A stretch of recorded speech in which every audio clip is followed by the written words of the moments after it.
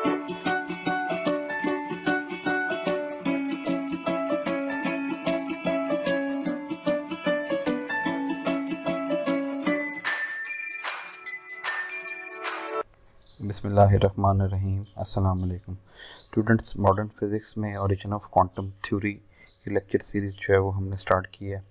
आज जो इसका थर्ड लेक्चर है वो है derivations of Planck's radiation law. हमने प्लैंक्स की अजम्पशन लास्ट टॉपिक में स्टडी की थी कि प्लैंक्स ने ये अज्यूम किया कि ब्लैक बॉडी जिन भी एटम्स या मॉलिक्यूल्स के ऊपर मुश्तमिल है, हर एटम या मॉलिक्यूल एक छोटे से ऑसिलेटर की तरह बिहेव करता है। और दूसरी अजम्पशन ये कि हर ऑसिलेटर की जो एनर्जी है वो क्वांटाइज्ड होती है, यानी वो कंटिन्यूसली वेरी नहीं करती, वो जंप्स में वेरी करती है। तो अगर किसी का क्वांटम नंबर 1 है तो उसकी फ्रिक्वेंसी HF होगी, किसी का क्वांटम नंबर 2 है तो उसकी फ्रिक्वेंसी 2HF होगी एंड सो ऑन। तो एक्चुअली में क्लासिकल बिहेवियर और जो मॉडर्न या क्वांटम बिहेवियर है उनमें जो मेजर डिफरेंस है वो है क्वांटाइज्ड एनर्जी, और दूसरी जो है वो है कैविटी रेजोनेंट मोड। कि क्लासिकल फिज़िक्स में हम ये डिस्कस करते हैं कि एक बॉक्स के अंदर जो है वो इलेक्ट्रोमैग्नेटिक वेव्स बंद हैं। यहाँ पर हम ये अज्यूम करते हैं कि ऑसिलेटर ऑसिलेट कर रहे हैं और उनकी फ्रिक्वेंसी जो है वो डिफरेंट है एक दूसरे से। अगर फ्रिक्वेंसी F है तो उस वक्त एनर्जी HF होगी। अगर वो डबल फ्रिक्वेंसी के साथ ऑसिलेट कर रहा है यानी सेकंड मोड है तो उसकी फ्रिक्वेंसी 2F होगी और उसकी एनर्जी जो है वो 2HF कहलाएगी। तो फोटो इलेक्ट्रिक इफेक्ट ने ये हमें डेमोस्ट्रेट किया कि लाइट वेव्स की जो नेचर है वो पार्टिकल भी हो सकती है और जो है वो डुअल नेचर भी जो है वो, यानी उनकी वेव नेचर भी हो सकती है। अब फोटो इलेक्ट्रिक इफेक्ट सिर्फ उसी वक्त होगा जब लाइट जो है वो एक पार्टिकल की तरह बिहेव करती है। थ्रेशोल्ड फ्रीक्वेंसी से नीचे अगर आप देखेंगे तो लाइट जो है वो रेडिएशन की तरह बिहेव कर रही है, वेव्स की तरह बिहेव कर रही है। तो फोटो इलेक्ट्रिक इफेक्ट ने हमें पार्टिकल जो नेचर है उसको प्रोमिनेंट कर दिया और आप कहते हैं कि लाइट जो है वो छोटे छोटे ज़र्रात यानी क्वांटम ऑफ लाइट की शक्ल में होती है और उनको आजकल हम फोटोन कहते हैं। तो अगर एक पर्टिकुलर फोटोन की फ्रीक्वेंसी F है तो उसकी एनर्जी जो है वो HF होगी। नेक्स्ट ये है कि अगर हमने क्लासिकल बिहेवियर और क्वांटाइज्ड बिहेवियर इन दोनों को आपस में रिकंसाइल करना है, यानी इन दोनों की पिक्चर जो है वो एक ही तरह से देखनी है, तो क्लासिकल पिक्चर में इलेक्ट्रोमैग्नेटिक वेव्स बंद हैं एक बॉक्स के अंदर। अब क्लासिकल पिक्चर में जो एनर्जी है वो इलेक्ट्रिक फील्ड और मैग्नेटिक फील्ड की ऑसिलेशन के अंदर जो है वो मौजूद है, क्योंकि आप जानते हैं कि जब भी कोई बॉडी ऑसिलेट करती है तो उस वक्त उसके अंदर काइनेटिक एनर्जी और पोटेंशियल एनर्जी जो है वो मौजूद होती है डिफरेंट इंस्टेंट के ऊपर, यानी वो डिफरेंट फॉर्म में अपीयर होती है।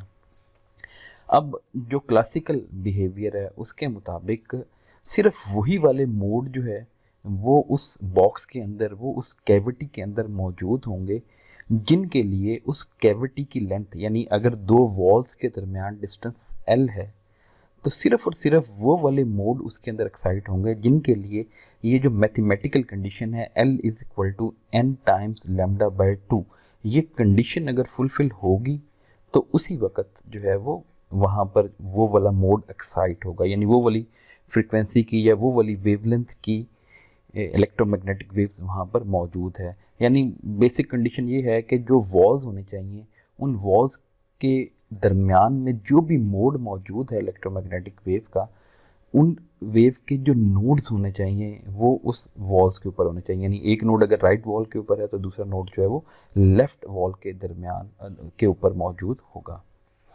अब क्वांटाइज्ड एनर्जी के लिए कंडीशन ये है कि क्वांटाइजेशन का मतलब है कि अगर एक पर्टिकुलर मोड है और उसकी फ्रीक्वेंसी F है तो उसकी जो एनर्जी है वो डिफरेंट नहीं हो सकती। यानी ये नहीं हो सकता कि उसकी एनर्जी किसी एक दो वॉल्स के दरमियान उसकी एनर्जी 1 जूल है और बाकी दो वॉल्स के दरमियान उसकी एनर्जी जो है वो 1.5 जूल है, और जो तीसरी जो वो पेयर ऑफ वॉल्स हैं उनके दरमियान जो है वो उसकी फ्रिक्वेंसी 2 जूल है। तो अगर एक मोड की फ्रिक्वेंसी F है तो बेशक वो अलॉन्ग एक्स एक्सिस एक्साइट हो, अलॉन्ग वाई एक्सिस एक्साइट हो या अलॉन्ग जेड एक्सिस एक्साइट हो, तीनों यानी डायरेक्शंस में उसकी जो एनर्जी होगी वो HF ही होगी। ठीक है, तो इसका मतलब ये हुआ कि जो प्लैंक्स की असम्पशन है वो ये है कि कोई भी ऑसिलेटर सिर्फ और सिर्फ वो वाली एनर्जीज जो है वो अटेन कर सकता है जो एच एफ का इंटीग्रल मल्टीपल होंगे, ठीक है। यानी एनर्जी जो होगी वो एन एच एफ के इक्वल होगी, और एन को जो है वो हमने क्या कहना है, या क्वांटम नंबर कहेंगे, या अगर इलेक्ट्रोमैग्नेटिक वेव्स की शक्ल में देख रहे हैं तो आप एन को जो है वो मोड कहेंगे। फर्स्ट मोड है, सेकंड मोड है, या थर्ड मोड है, एंड सो ऑन। अब अगर आप ये कहें कि जो ब्लैक बॉडी रेडिएशन है उसके स्पेक्ट्रम को जब हम प्लॉट करते हैं तो हम एक पर्टिकुलर टेम्परेचर के ऊपर उसको जो है वो रखते हैं। तो इसका मतलब है हम ये अज्यूम करेंगे कि जितने भी मोड्स हैं वो आपस में थर्मल इक्विलिब्रियम के ऊपर मौजूद हैं, ठीक है।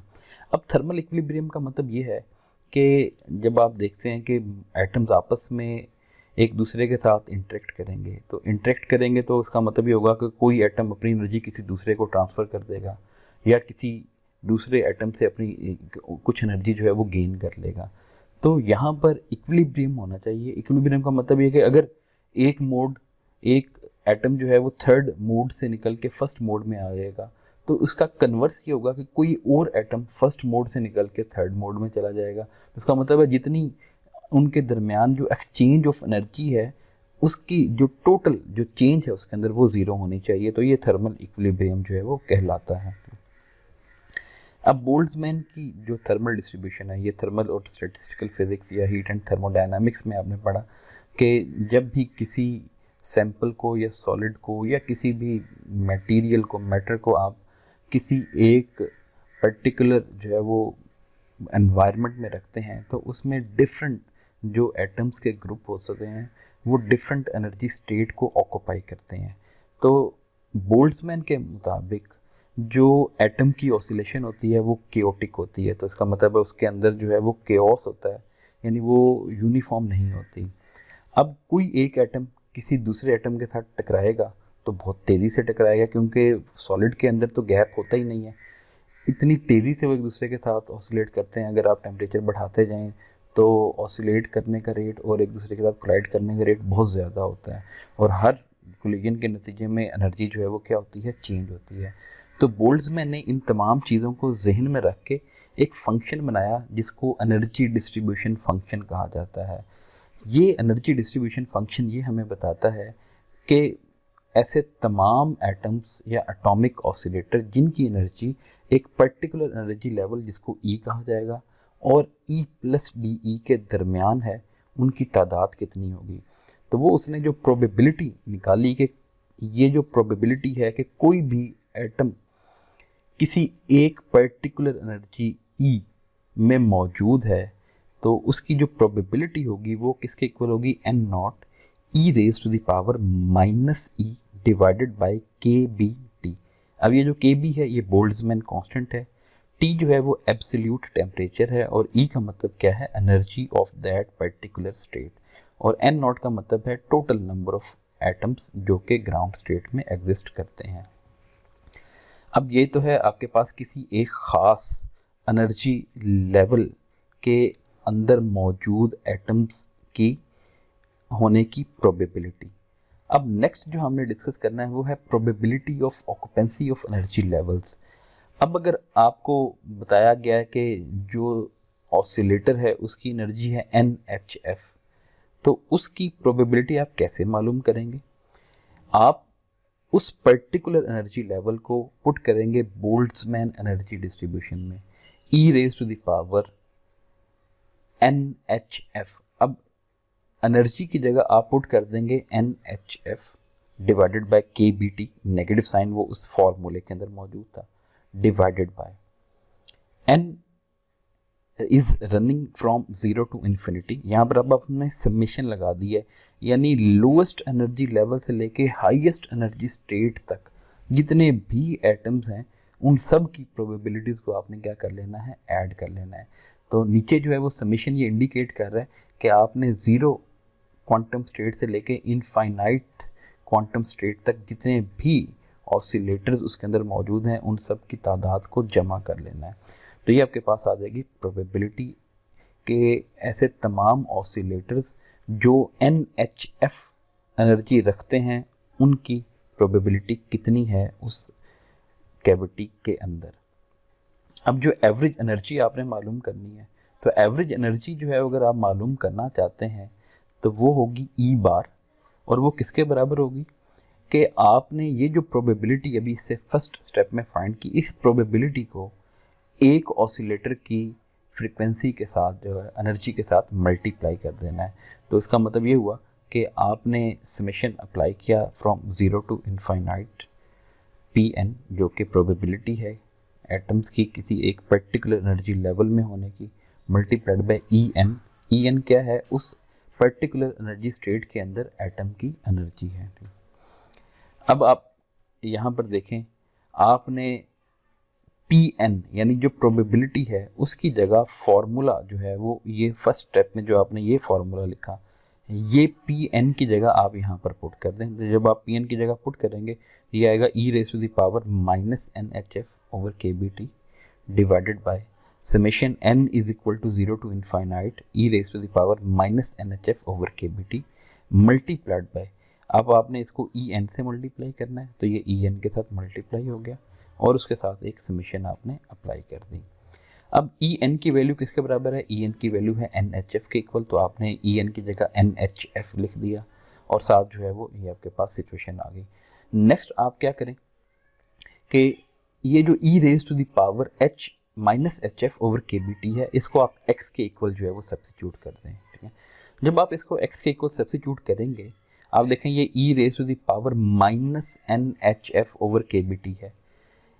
इस n के अलावा बाकी सब कुछ जो है वो e raise to the power minus H F over के बी टी, उसको आप x कह चुके हैं, तो ये x raise to the power n हो जाएगा, ये जो एक्सपोनेंशियल है ये n इसके साथ मल्टीप्लाई हो जाएगा, और ये जो एच एफ है आप इसको समेशन से बाहर लगा दें, क्योंकि समेशन तो सिर्फ n के ऊपर है इसलिए ये h और f जो है वो इनके ऊपर समेशन अप्लाई नहीं हो रहा। ओवर में देखें e raise to the power minus H F over के बी टी की जगह आप x पुट कर दें और उसकी पावर ये n आ जाएगी, तो ये x raise to the power n बन जाएगा। अब न्यूमिनेटर में ये जो समेशन है ये इनफाइनाइट सीरीज है, इनफाइनाइट पावर सीरीज। आप n की जगह 0 पुट करें तो आंसर आ जाएगा 0, n की जगह 1 पुट करें आंसर आ जाएगा x, n की जगह 2 पुट करें आंसर आ जाएगा 2x स्क्वायर, n की जगह 3 पुट करें आंसर आ जाएगा 3x cube and so on. Over में अगर आप x raise to the power n के ऊपर समेशन अप्लाई करें, n की जगह 0 पुट करें आंसर आएगा 1, n की जगह 1 पुट करें आंसर आएगा x एंड सो ऑन। अब आप न्यूमिनेटर में देखें x कॉमन आ सकता है, वो आपने x कॉमन ले लिया, उसको hf से मल्टीप्लाई कर दिया और अंदर आ जाएगा 1 plus 2x plus 3x square and so on. Over में 1 plus x square and so on जो है वो एज इट इज रहेगा। अब आप 1 ओवर 1 माइनस x के ऊपर अगर आप बाइनोमियल थ्योरम यानी बाइनोमियल एक्सपेंशन अप्लाई करें 1 ओवर 1 माइनस x की पावर के ऊपर, तो ये बनेगा 1 plus x square plus so on. इसका मतलब ये जो डिनोमिनेटर में 1 plus x square and so on लिखा हुआ है इस सबको 1 ओवर 1 माइनस एक्स कहा जा सकता है, और अगर 1 over 1 minus X raise to the power 2 इसके ऊपर आप बाइनोमियल एक्सपेंशन अप्लाई करें तो ये आएगा 1 plus 2x plus 3x square and so on. इसका मतलब है ये जो हमारे पास न्यूमिनेटर में लिखा है इसकी जगह 1 ओवर 1 माइनस एक्स स्क्वायर लिखा जा सकता है, और ये जो डिनोमिनेटर में लिखा है इसकी जगह 1 ओवर 1 माइनस एक्स लिखा जा सकता है। तो आपने ये यहाँ पर लिखा। अब ये 1 over 1 minus x square divided by 1 over 1 minus x, तो एक पावर कैंसिल हो जाएगी तो सिर्फ 1 ओवर 1 माइनस एक्स बच जाएगा, और इस x को ये जो यहाँ पर बाहर है ब्रैकेट से इसको आप जो है वो ओवर में ले जाके डिवाइड कर सकते हैं। तो जब ये 1 से डिवाइड होगा तो x raise to the power minus 1 रह जाएगा, और जब ये x से डिवाइड होगा तो माइनस 1 हो जाएगा। और x किसके बराबर था, x बराबर था e raise to the power minus H F over के बी टी। जब आप x की पावर माइनस 1 करेंगे तो ये वाला जो माइनस साइन है ये प्लस हो जाएगा, तो e raise to the power H F over के बी टी आ जाएगा, माइनस 1 आ जाएगा। तो ये है एक एटम की एवरेज एनर्जी। ठीक है, अब आपने ये देख लेना है ई रेज टू द, ये यहाँ पर अगर आप देखें ओवर में जो है आपको क्या चीज़ दिखाई दे रही है, e raise to the power H F over के बी टी माइनस 1।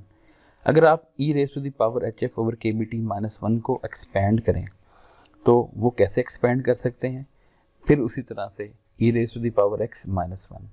तो e raise to the power x की जो बाइनोमियल एक्सपेंशन होती है वो होती है 1 प्लस एच एफ ओवर के B t plus 1/2 factorial h F over के B t square plus 1/3 factorial h F over के B t cube and so on. और बाद में ये -1 है तो ये -1 एज इट इज़ आ जाएगा। ये -1 इस 1 से कैंसिल हो जाएगा और आपने ये जो हायर ऑर्डर टर्म्स हैं इनको नेग्लेक्ट कर देना है, क्योंकि जैसे जैसे आप हायर ऑर्डर चलते हैं तो उस वक्त टी का स्केयर जो है वो बढ़ता जाता है, और जब टी का स्केयर लार्ज होगा तो ये एच एफ ओवर के बी टी स्केयर जो है वो स्मॉल टर्म होगी, नेग्लिजिबल। इसी तरह से ये भी नेग्लिजिबल, तो सिर्फ बचेगा एच एफ ओवर के बी टी। अब आप एवरेज एनर्जी का formula H F over E raise to the power H F over के बी टी -1 में ये जो एक्सपोनेंशियल नीचे वाली टर्म थी E raise to the power H F over के बी टी -1, आपने इसको एक्सपेंड करके इसकी वैल्यू निकाली थी तो ये आई एच एफ ओवर के बी टी। एच एफ से कैंसिल हो जाएगा और ये के बी टी आ जाएगा। तो इसका मतलब ये एवरेज एनर्जी है एक ऑसिलेटर की। तो अब आपने एक ऑसिलेटर की एवरेज एनर्जी निकाल ली है। दूसरी आपको क्या चीज़ चाहिए, वो आपको ये चाहिए कि अगर कोई एक ऑसिलेटर जिसकी फ्रीक्वेंसी एफ और एफ प्लस डी एफ के दरमियान मौजूद है तो उस वक़्त टोटल मोड्स की तादाद कितनी है। तो मोड्स की तादाद है 8 pi F square over C cube into D F पर यूनिट वॉल्यूम। तो एनर्जी डेंसिटी आप कैसे मालूम कर सकते हैं, आप देखते हैं ना यूनिट वॉल्यूम से जब आप डिवाइड करते हैं तो एनर्जी नहीं आती, एनर्जी डेंसिटी आती है। तो वो किसके बराबर होगी, इंटेंसिटी, ये जो आपके पास आई नंबर ऑफ मोड, उसको आपने सिर्फ एवरेज एनर्जी से मल्टीप्लाई कर देना है। तो 8 pi F square over C cube D F, इसको ई बार से मल्टीप्लाई कर दें। ई बार एवरेज एनर्जी है जिसकी जगह आप ये वाली वैल्यू पुट कर दें H F over E raise to the power H F over के बी टी -1 और डी एफ ऐसे ही रहने दें। तो ये 8 पाई, ये जो एच एफ है ये मल्टीप्लाई हो जाएगा बाहर आके 8 pi H F cube over C cube 1 over E raise to the power H F over के बी टी -1 और ये डी एफ आ जाएगा। अब आपने इसको फ्रिक्वेंसी से जो है वो वेवलेंथ की तरफ शिफ्ट करना है। तो ये मैंने दोबारा से वही रिलेशन लिखा, इसमें आप डी एफ को तो डी एफ से कैंसिल कर सकते हैं राइट और लेफ्ट साइड पे। तो ये आ जाएगी intensity as a function of frequency and temperature. उसका फॉर्मूला है 8 pi H F cube over C cube into 1 over E raise to the power H F over के बी टी -1। लेकिन हमने इसको वेवलेंथ की टर्म में जाहिर करना है तो F is equal to C over lambda. आप फ्रीक्वेंसी का डेरिवेटिव ले लें विद रिस्पेक्ट टू वेवलेंथ तो बनेगा D F over D lambda is equal to -c over lambda square. तो यहाँ पर जो डी एफ है उसकी जगह आप यहाँ से वैल्यू निकाल के प्लेस कर सकते हैं।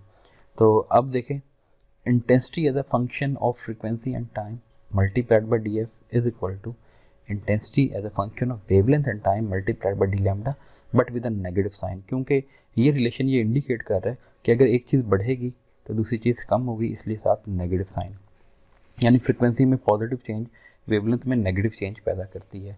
तो अगर आप यहाँ से आई ऑफ लैम्डा टी यानी intensity as a function of wavelength and temperature मालूम करना चाहें तो उसका फॉर्मूला आ जाएगा -i as a function of frequency and time multiplied by D F over D lambda.